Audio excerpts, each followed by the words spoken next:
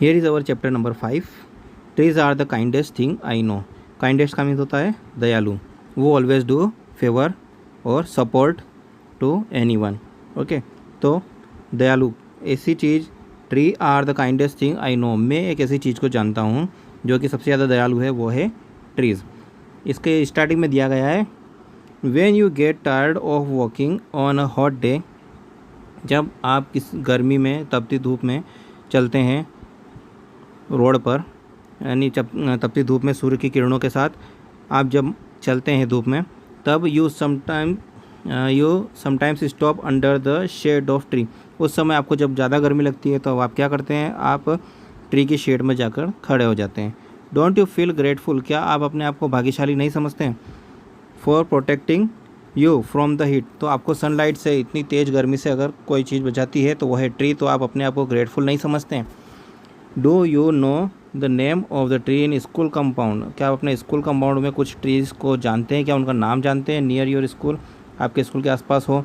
How many trees are there, कितने tree है वहाँ पर। Can you name some trees which give us fruit, क्या आप कुछ ट्री के नाम बता सकते हैं जो कि हमें फ्रूट्स देते हैं।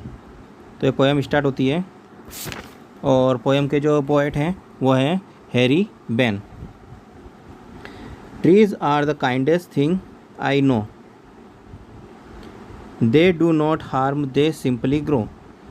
मैं ऐसी चीज़ को जानता हूँ, यानी कि मैं ट्री को जानता हूँ जो कि सबसे ज़्यादा दयालु है, काइंड है, and always support to everyone. They do not harm, यानी वो किसी को नुकसान नहीं पहुँचाते हैं। दे सिंपली ग्रो, वो सिर्फ बढ़ते रहते हैं, चुपचाप अपनी जगह बढ़ते रहते हैं, वो किसी को परेशान नहीं करते हैं। And spread a shade for sleepy cows, यानी जो भी जीव जंतु या फिर जानवर वगैरह, काऊ वगैरह जो भी जाते हैं उनकी शेड में, उन सबको शरण देते हैं, यानी कि उन सबको अपनी छाया प्रदान करते हैं, यानी कि शेड मीन्स छाया।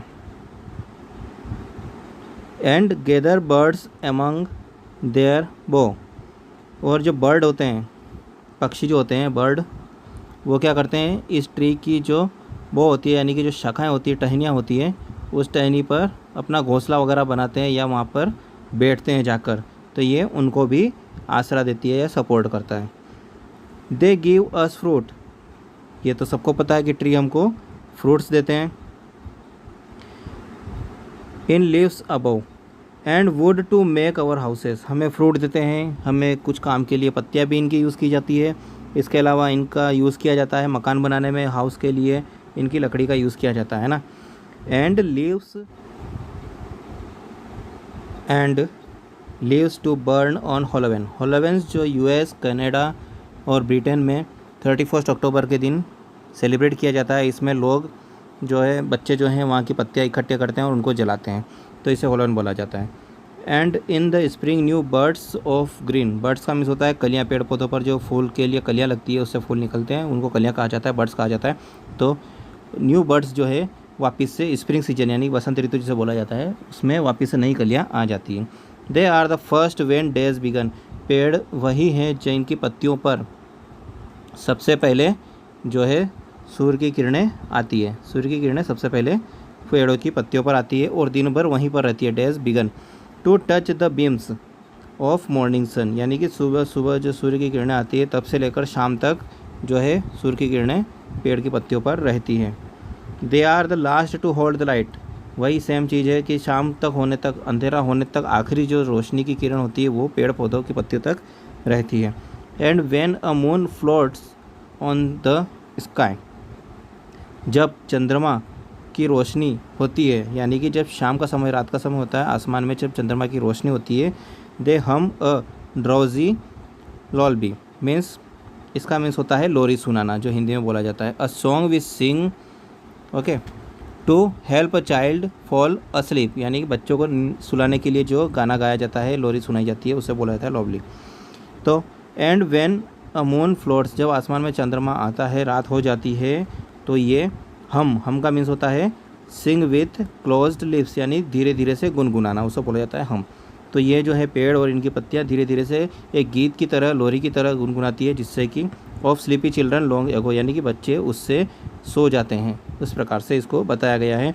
लास्ट लाइन वापस से वही चैप्टर का नाम बताया गया है, trees are the kindest thing I know, यानी कि ये ऐसी चीज़ है जिसको मैं जानता हूँ, जो सबसे ज़्यादा दयालु है वो है ट्रीज़।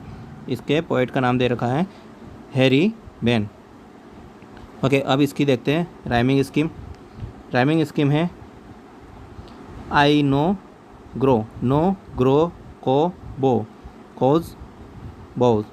तो ये हमारा हो गया ए बी बी, इस तरीके से चला जा रहा है। ठीक है, ये हमारी राइमिंग स्कीम हो रही है।